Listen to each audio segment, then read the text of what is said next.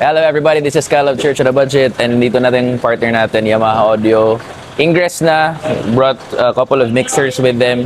I heard my DM3, DM7, MG, TF series. And they have a couple of speakers. I heard na first time daw ito na, gagamitin sa Pilipinas. Sila nagsabi, di naman ako. So let's check it out later. It's a good thing that they're here so that we can have quality audio sa workshop natin. I'm very, very excited. See you guys upstairs. Yeah. Oh, dyan na Yamaha. Bentahan ako na Yamaha. Hello po, morning. Thank you po ha. So ganito pero wireless lang. Ito po. Ay, ito? Ito po, wireless. Set na po siya. Ng Nasa XS. 21,200. Okay, Pero okay. 20% pa rin. May dual po. Dual Yung tsaka... mga dual, ito yung single. Okay, okay. Yung single ay 40. Yeah, so we're here. Set up na tayo ngayon. It's an hour and 10 minutes before the event, no? Space is pretty clean. Hi, Pastor. Pastor Ian, yung host natin na pastor. Yan, this is the space. It's a decent space. Carpet yung floors.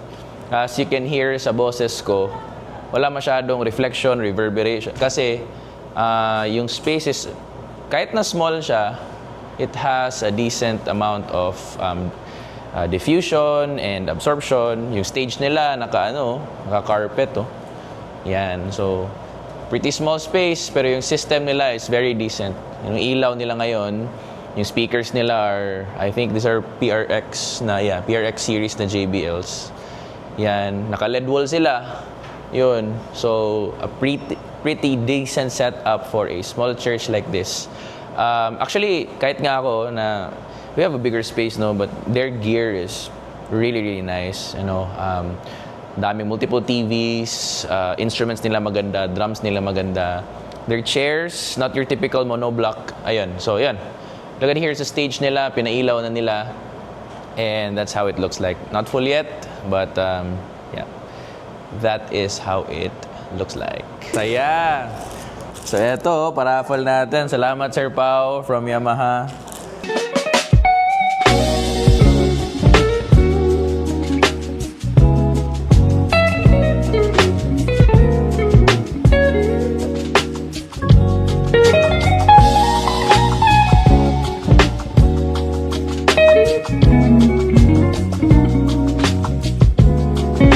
This is the first time, no, that I did a workshop like this na interchurch, baga, open to all. This topic called you maximizing your Soundcraft mixer. Wala namang masama manggaya. Basta gayahin mo yung tama. Kaya nga copyright Copy it right din. So,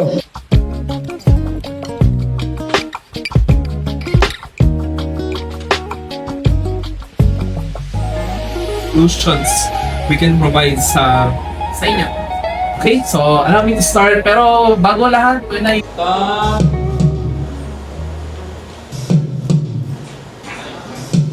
Without.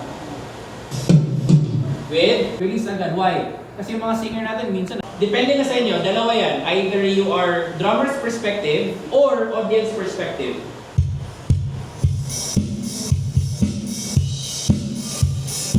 My effects one is for vocals. So vocals lang i-send ko dun. Lahat ng vocals na kasi.